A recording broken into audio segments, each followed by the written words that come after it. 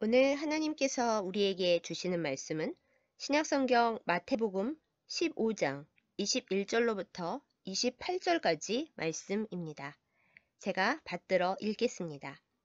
예수께서 거기서 나가사 두로와 시돈 지방으로 들어가시니 가나안 여자 하나가 그 지경에서 나와서 소리질러 이르되 주 다윗의 자손이여 나를 불쌍히 여기소서 내 딸이 흉악하게 귀신 들렸나이다 하되 예수는 한 말씀도 대답하지 아니하시니 제자들이 와서 청하여 말하되 그 여자가 우리 뒤에서 소리를 지르오니 그를 보내소서.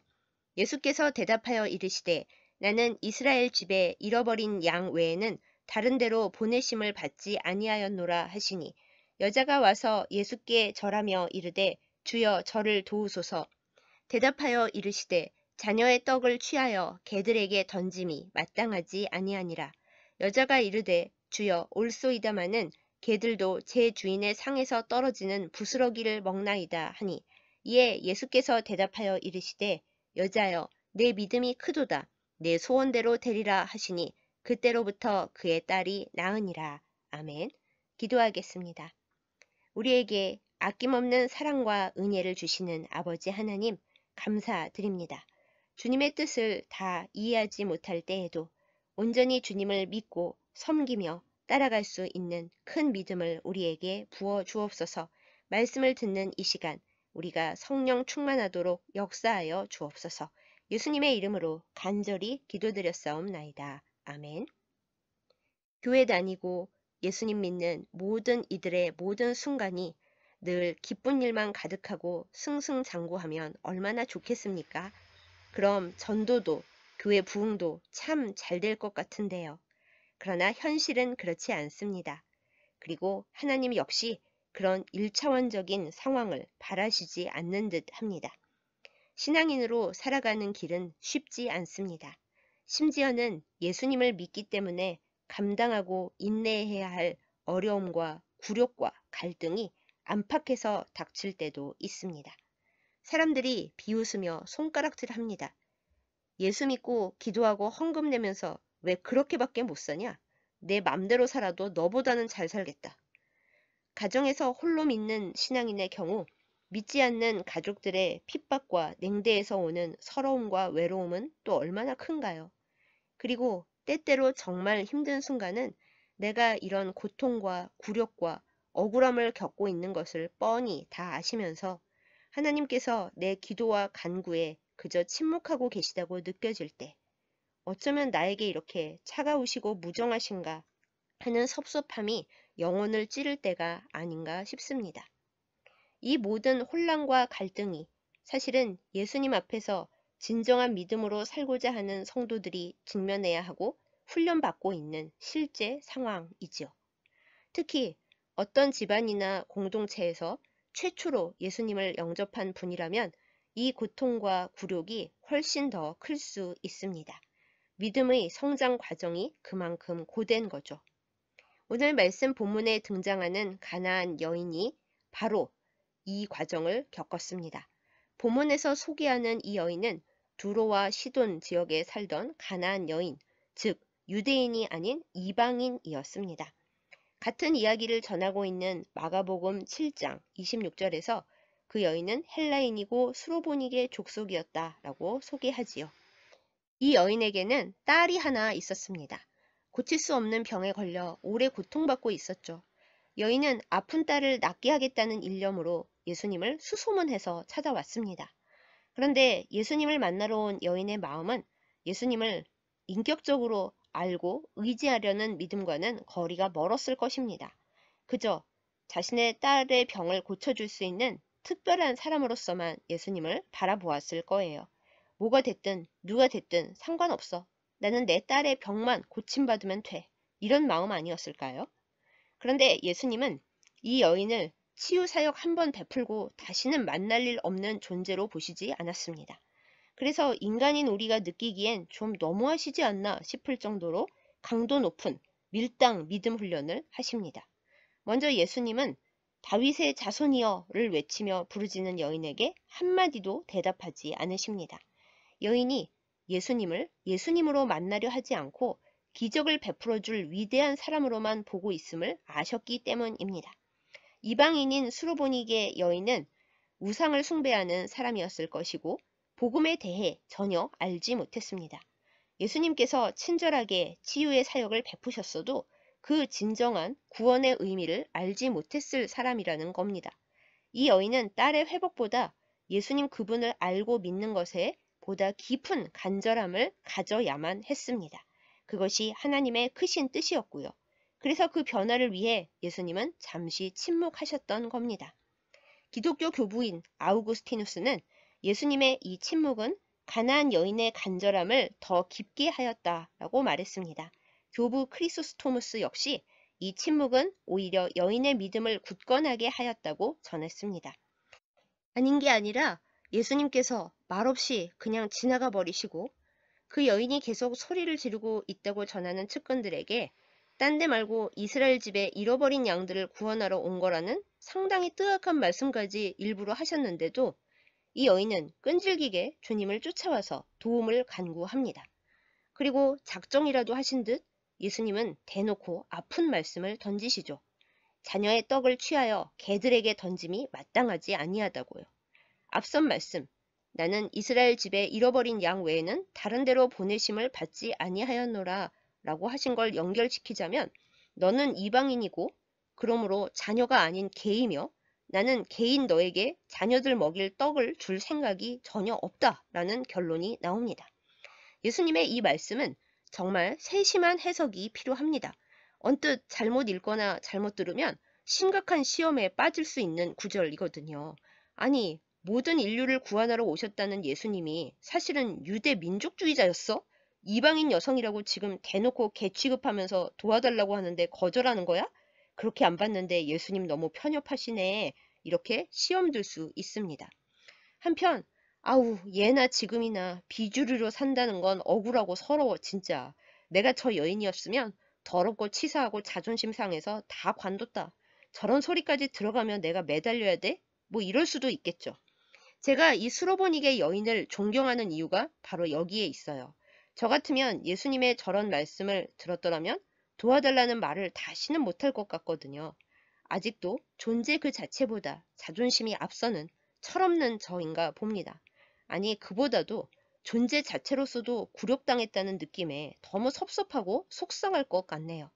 하지만 수로보니게 여인은 예수님의 냉랭한 반응에도 일단 뭔가 말씀을 해 주셨다는 사실에 힘입어 지혜로운 대답을 합니다.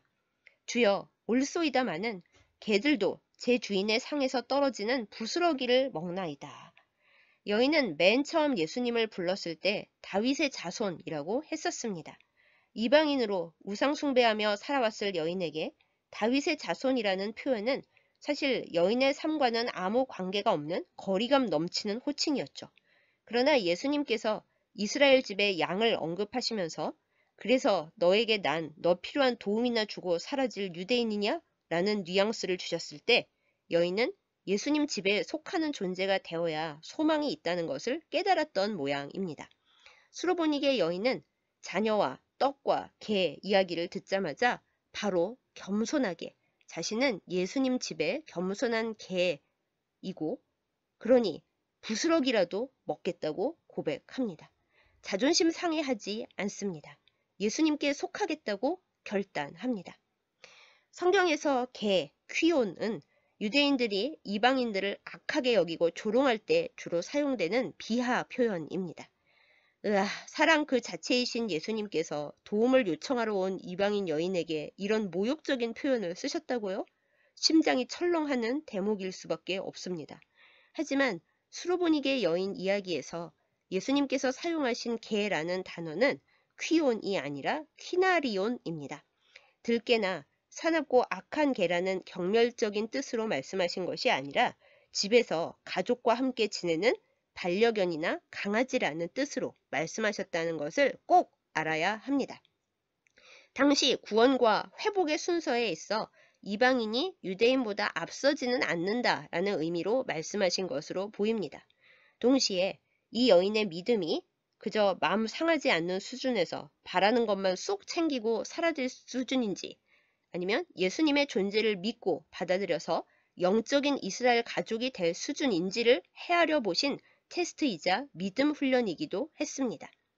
그렇지만 이건 어디까지나 거룩한 해석을 거친 후에 할 수 있는 이야기이지 들깨나 애완견이나 어떻든 개 아니겠어요? 보통 사람이라면 충분히 시험 칠 수 있지요. 그러나 우리의 존경스러운 수로보니게 여인은 달랐습니다. 여인은 유대인의 편견과 차별의식이 가득한 표현, 개를 넘어서는 믿음의 큰 걸음을 내딛습니다. 맞습니다. 저는 먼저 구원받을 권리를 지닌 유대인이 아니고 이방인입니다.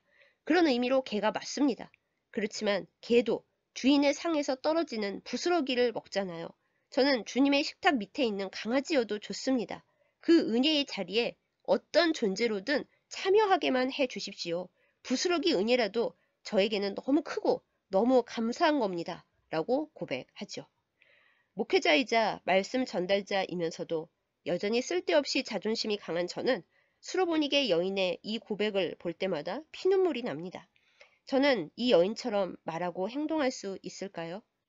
부스러기 은혜라도 사모할 만큼 그렇게 주님께 간절한 저희일까요? 주님께서 내게 차갑고 낯설게 대하신다 해도 여전히 영원히 사랑과 간절함으로 주님을 믿고 그 옷자락을 붙들 그 믿음이 저에게 있을까요? 대답이 궁한 저는 한없이 부끄럽습니다. 여러분은 어떠신가요? 우리는 모든 굴욕을 넘어 어떤 상황 속에서도 예수님을 믿고 그분의 존재에 온전히 속하게 된 것만을 기뻐하고 감사하며 헌신하는 성도들인가요? 부디 우리의 대답이 네 이기를 간절히 기도하고 소망합니다. 수로보니게 여인이 자신을 강아지라고 겸손히 고백할 수 있었던 이유는 아마 예수님의 눈빛과 말씀 속에서 너에게도 자녀들의 떡을 나누어 줄 수 있다는 사랑과 자비의 낌새를 느꼈기 때문이었을 거라고 생각됩니다. 이 본문이 하도 아프고 날카로워서 모르고 지나치기 쉬운데요. 애초에 두로와 시돈 지역으로 찾아가신 분이 예수님이십니다. 정말 구원과 은혜를 베푸실 생각이 하나도 없으셨더라면 그곳에 가실 리가 있었겠습니까? 정말 안 도와주실 거면 수로보니게 여인에게 끝까지 아무 말도 안 하시면 되지 굳이 가슴 아픈 표현까지 써가며 그 믿음을 달아보셨겠습니까? 예수님은 부르짖고 쫓아오는 여인 안에서 예수님의 믿음의 가족이 될 씨앗을 보시고 그 여인을 위한 믿음의 훈련을 속도전으로 혹독하게 하셨습니다. 그리고 예수님과의 짧고 날카로운 대화를 통해 수로보니게 여인은 자신이 우상이든 예수님이든 상관없이 그저 자신의 애달픈 소원을 들어줄 존재이면 다 괜찮다는 그 생각을 바꾸게 되었습니다. 예수님의 상 밑에 앉은 강아지가 되어 부스러기 복을 줍는 신세일지라도 주님의 백성으로 사는 것이 진짜 복이라는 것을 깨닫고 겸손의 결단을 합니다. 그 과정 중에서 여인의 구원의 한 부분처럼 딸의 회복이 이루어집니다. 그렇습니다.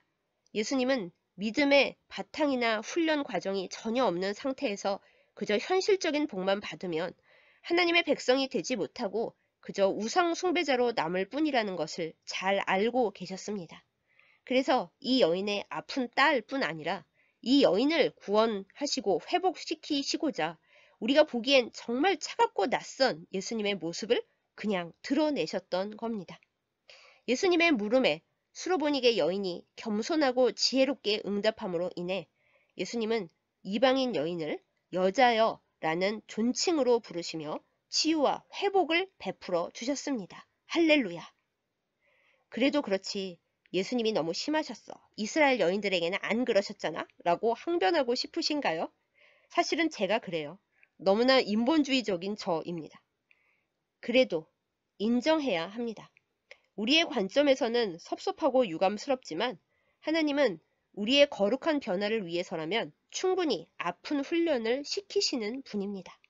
특히 예수님을 구주로 믿고 고백하는 믿음과 예수님을 그저 나에게 복주는 슈퍼맨으로만 여기는 우상 숭배적인 생각을 제대로 구분하지 못하고 있을 때 하나님은 우리에게 그 차이를 구분하는 훈련을 크고 깊게 주실 수도 있습니다.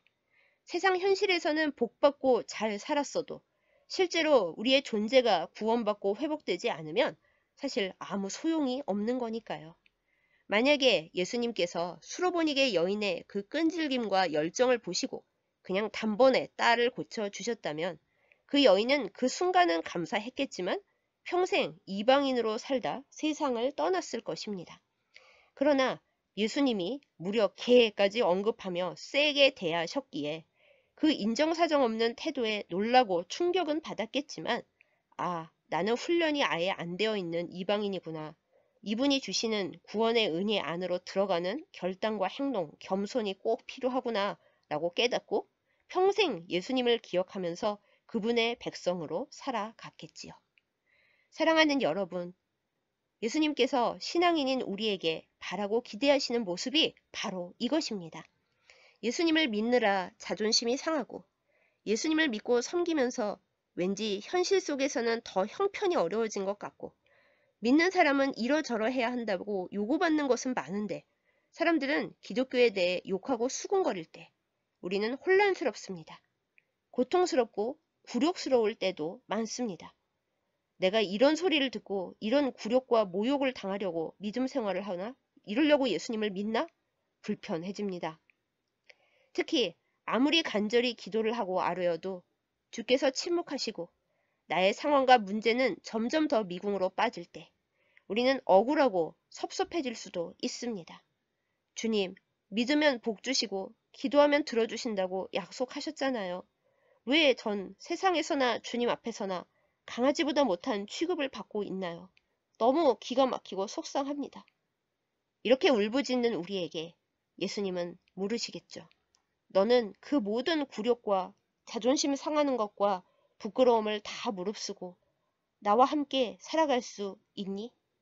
너의 자존심, 너의 안전보다 내가 너와 함께 있는 것이 더 소중하다고 선택하고 고백할 수 있니? 내가 대답을 안 하고 널 지나쳐도 넌 계속 나를 사랑하고 나를 따라올 거니? 저와 여러분이 예수님의 이 질문에 대해 수로보니게 여인 같은 진심을 내어드릴 수 있을 때 믿음으로 인해 당하는 굴욕과 부끄러움 따위는 주님의 자녀로 사는 행복과 기쁨에 비하면 아무것도 아니라고 고백하며 살 수 있을 때 우리는 믿음의 훈련 과정을 통과하게 될 것입니다. 하나님은 그분을 향한 우리의 겸손과 믿음이 진실한 것인지 달아보십니다. 그리고 그 과정 중에 우리는 세상이 아닌 주님께로 더 가까이, 더 친밀하게 다가서게 됩니다. 사랑하는 여러분, 믿음으로 인한 굴욕을 당하고 상처를 받을 때 이 상황을 그냥 두고 지나쳐 버리시는 듯한 예수님의 진심을 의심하거나 오해하지 마십시다. 수로보니게 여인의 이야기를 통해 다시 한번 말씀드립니다. 여인의 열심과 끈기가 어떠했든 간에 그 여인이 살고 있던 시돈과 두로 지방으로 친히 먼저 찾아가신 분은 예수님이셨습니다.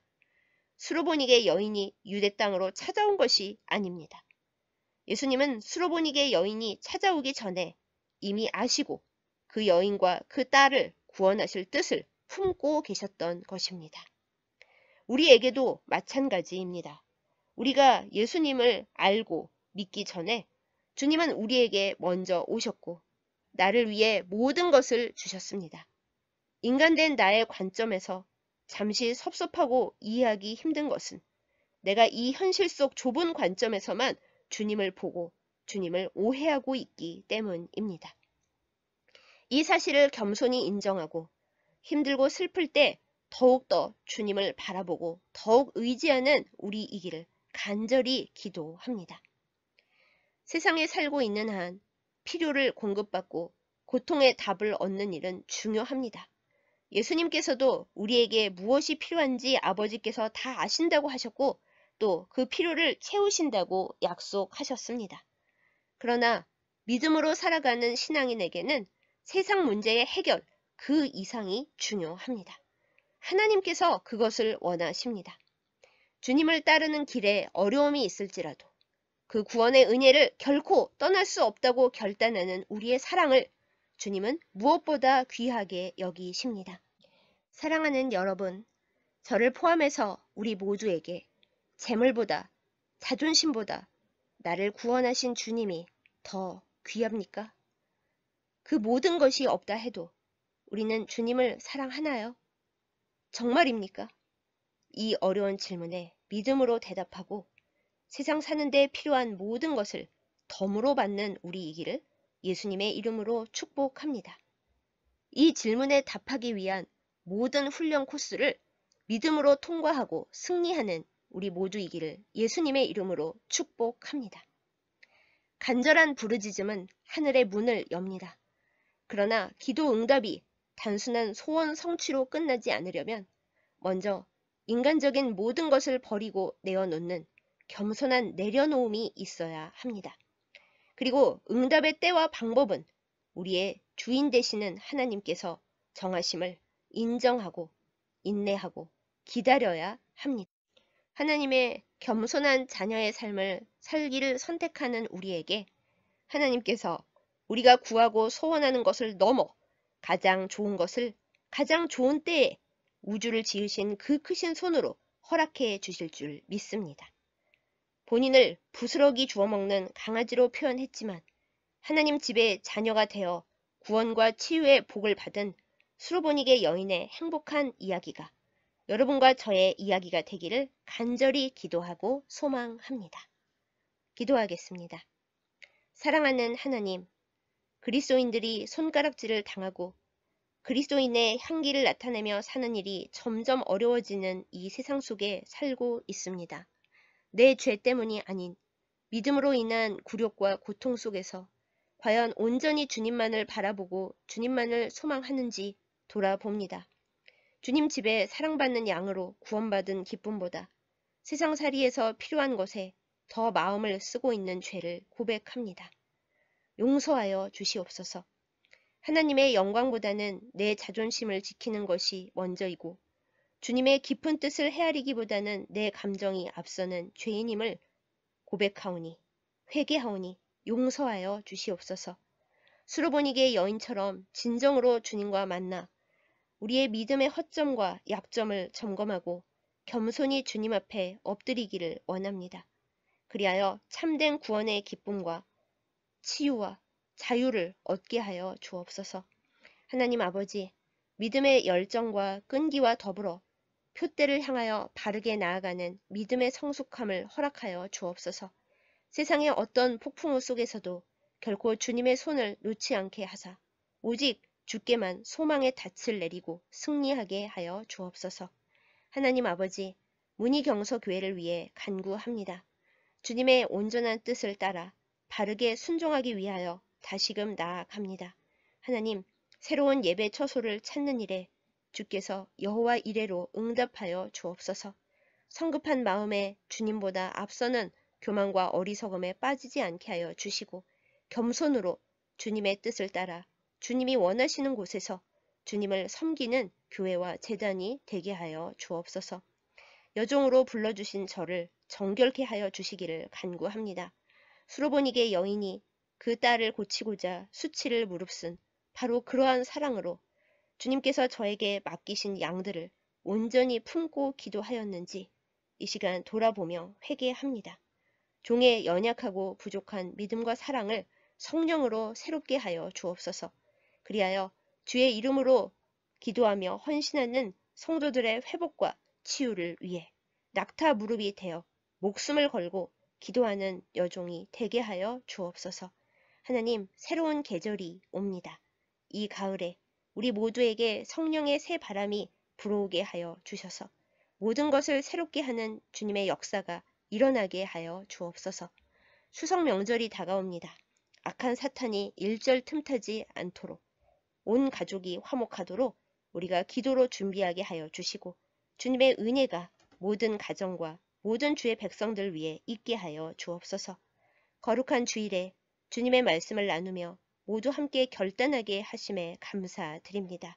이 말씀이 우리 안에서 우리의 삶 가운데서 살아 역사하게 하여 주옵소서.